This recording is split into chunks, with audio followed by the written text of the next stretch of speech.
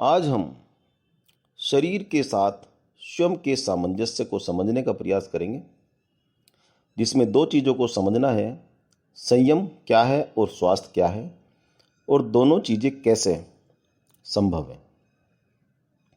हम जानते ही हैं कि मानव मैं और शरीर का सह अस्तित्व है, तथा शरीर मैं का एक साधन है जो मैं के निर्देशानुसार कार्य करता है।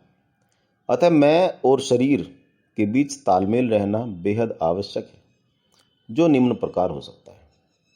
We know that human is the coexistence of self and body is an instrument of I which works according to the direction of the eye. So it is necessary to have harmony between self and body, which can be as follows. कैसे हो सकती है harmony self और body के बीच में? Self की side से या स्वयं की साइड से क्या है? मैं की ओर से संयम के रूप में, और शरीर की ओर से स्वास्थ्य के रूप में। इन द फॉर्म ऑफ संयम on part of I and in the form of स्वास्थ्य ऑन पार्ट ऑफ बॉडी। अब संयम क्या है और स्वास्थ्य क्या है?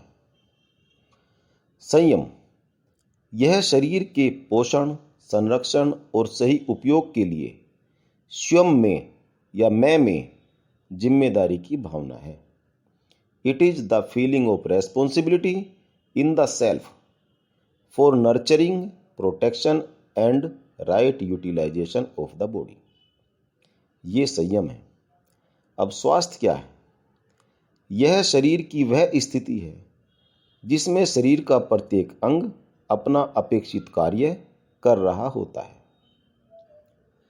It is the condition of the body when every part of the body is properly performing it's expected function.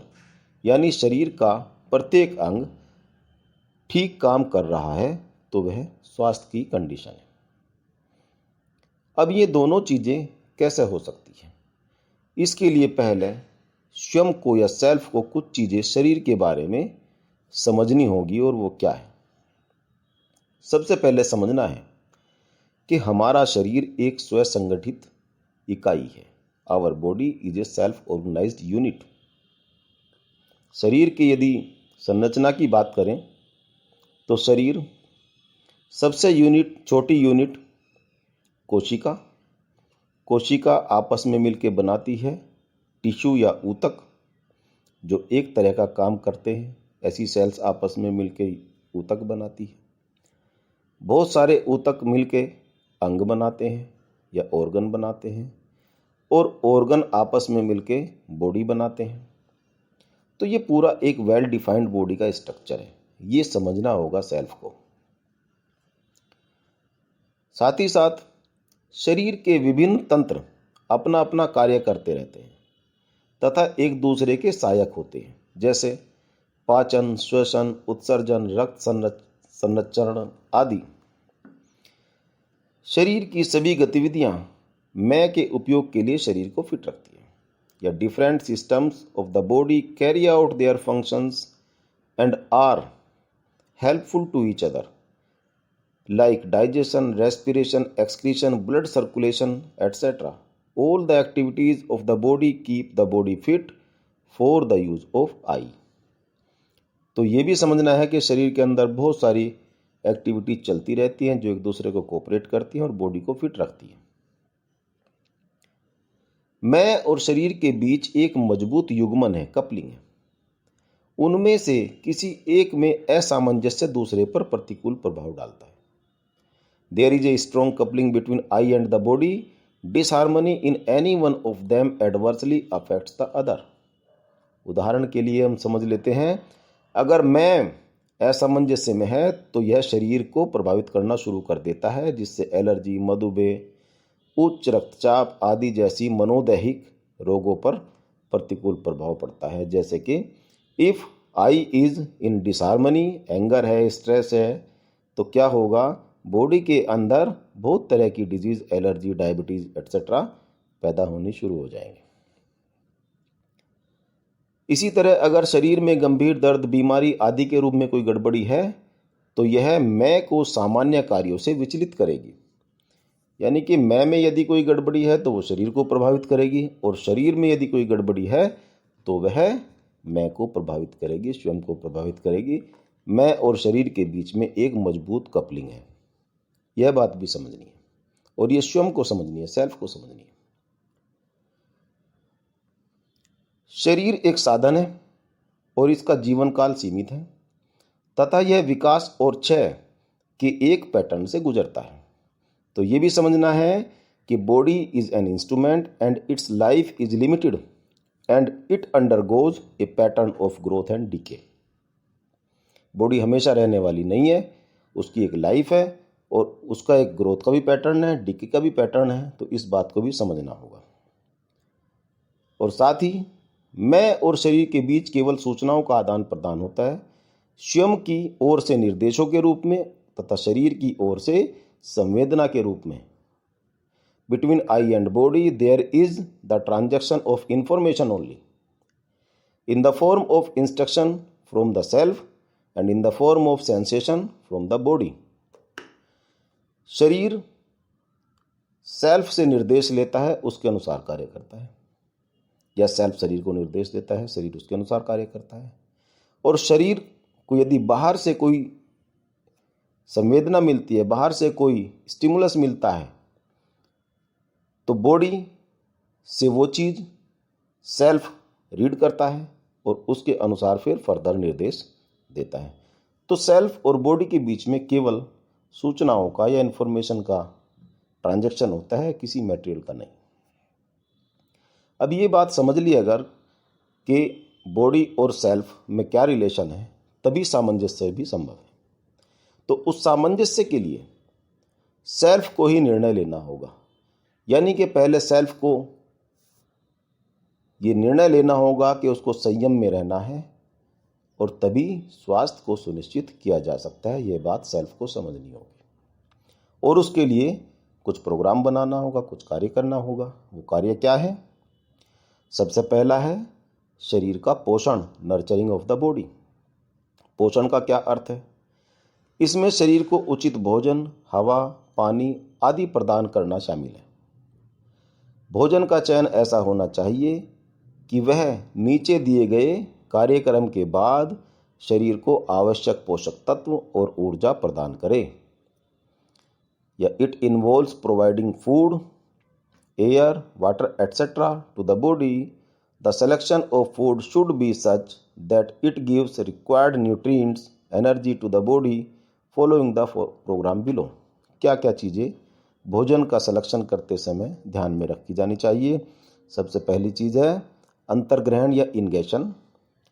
इसमें भोजन को मुंह में लेना और आसान पाचन के लिए इसे अच्छी तरह चबाना शामिल है। This involves taking the food into the mouth and chewing it well for easy digestion. दूसरा क्या है? पाचन। भोजन को उचित अंतराल पर, उचित अवस्था में बैठकर और सही मात्रा में ही लेना चाहिए, जिससे इसका पाचन सही हो। या food consumption should be at proper intervals and with proper posture and right quantity. और तीसरा उत्सर्जन। पाचन के बाद आवश्यक पोषक तत्व शरीर द्वारा अवशोषित कर लिए जाते हैं और अनावश्यक या बिना पचे भाग को बाहर उत्सर्जित करना शामिल है। एक्सक्रीशन।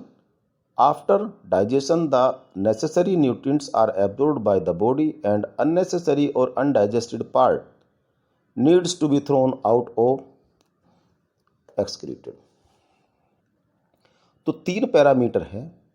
पहला है अंतर्ग्रहण, दूसरा है पाचन और तीसरा उत्सर्जन। तो भोजन ऐसा हो जो अंतर्ग्रहण के लिए भी सूटेबल हो, जिसको आसानी से खाया जा सके, जिसको आसानी से पचाया जा सके और जिसका उत्सर्जन भी आसानी से हो सके। यदि इन तीनों पैरामीटर में वो ठीक है तो भोजन का चुनाव सही है। यदि उपरोक्त 3 गतिविधियों में से किसी एक का भी निष्पादन ठीक से नहीं होता तो यह शरीर पर प्रतिकूल प्रभाव डालता है और कई स्वास्थ्य समस्याओं का कारण बन सकता है। तो ये भोजन का चुनाव। अब अगली चीज़ है पोषण के बाद है शरीर की सुरक्षा, प्रोटेक्शन ऑफ द बॉडी। इसमें शरीर को चरम जलवायु परिस्थितियों से बचाने के लिए उचित कपड़े और आश्रय का प्रबंध करना होता है और शरीर को सही मात्रा में हवा, पानी, धूप आदि का संपर्क उपलब्ध कराना होता है, जिससे शरीर अपने सभी कार्य समुचित रूप से कर सके। यानी कि शरीर की सुरक्षा के लिए उचित कपड़े, उचित घर, आश्रय देने की जिम्मेदारी या ये सोचना, ये व्यवस्था करना भी सेल्फ का काम है। This involves the selection of proper clothes and shelter for protecting the body for extreme climatic conditions and to provide the right amount of exposure to the body to air, water, sunlight, etc. to ensure proper functioning of the body. अब protection हुआ। Protection के बाद फिर क्या जिम्मेदारी self की है body के प्रति जो उसको करनी चाहिए? अपकीप या रख रखाव। शरीर के उचित रख रखाव के लिए शरीर को समय समय पर आराम दिया जाना चाहिए। यदि काम करने और आराम करने का तरीका, समय और मुद्रा उचित होना चाहिए और शरीर के रखरखाव के लिए हमारे काम की स्थिति स्वास्थ्यकर होनी चाहिए, तो हमारे शरीर के रखरखाव के लिए इन चीज़ों का भी ध्यान रखना बहुत ज़रूरी है। सही मुद्रा में काम करना, सही तरीके से काम करना, एनवायरमेंटल कंडीशन भी हाइजीनिक हो, इस तरह की कंडीशंस का ध्यान रखना भी सेल्फ की जिम्मेदारी है। इसके बाद शरीर को फिट रखने के लिए श्रम या व्यायाम, फिजिकल एक्सरसाइज करना भी जरूरी है। शरीर को फिट और स्वस्थ रखने के लिए आवश्यक मात्रा में श्रम या व्यायाम करना चाहिए। उससे क्या है कि आपकी बॉडी फिट रहेगी। और व्यायाम के साथ साथ में आसन, प्राणायाम, शरीर को स्वस्थ रखने के लिए योगासन अत्यंत लाभकारी व्यायाम है जो शरीर के सभी अंगों को स्वस्थ रखने में सक्षम है। प्राणायाम से स्वास्थ्य की गति और ठहराव को नियंत्रित किया जाता है।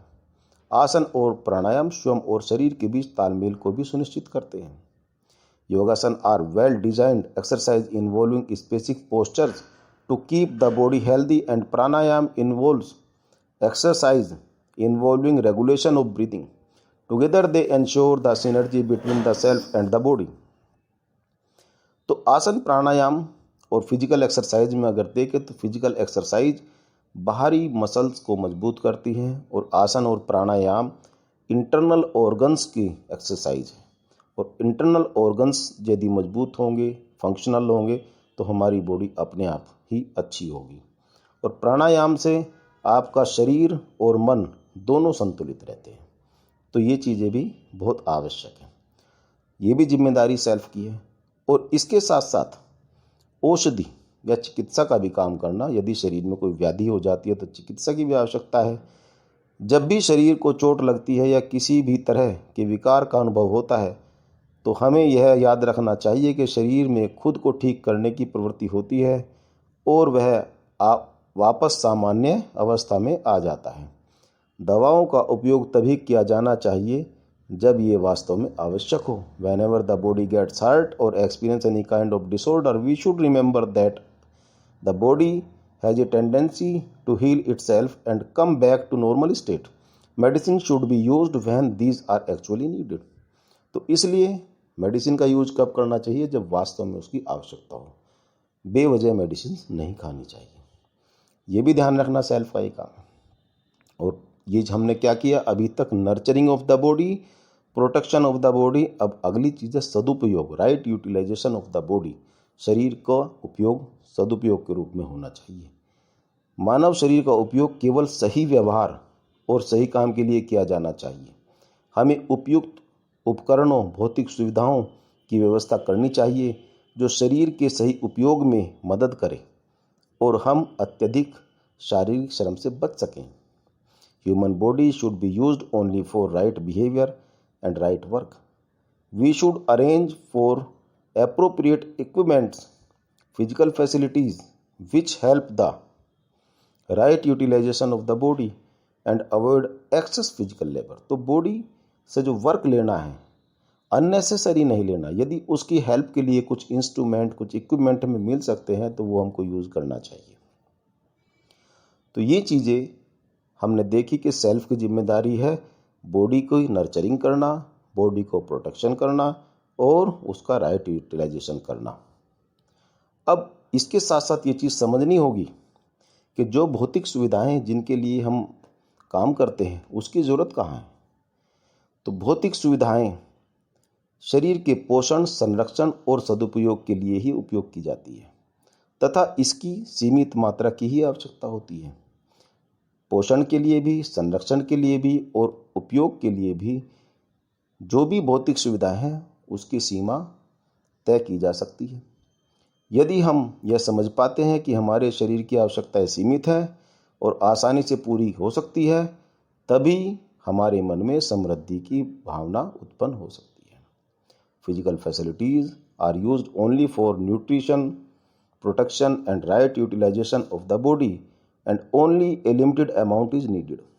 If we are able to understand that the needs of our body are limited and can be easily met, then only the possibility of prosperity arises in our minds। तो ये हमने देखा कि किस प्रकार से शरीर और मैं के बीच में सामंजस्य बैठाया जा सकता है और किस प्रकार से हम प्रोस्पेरिटी को फील कर सकते हैं।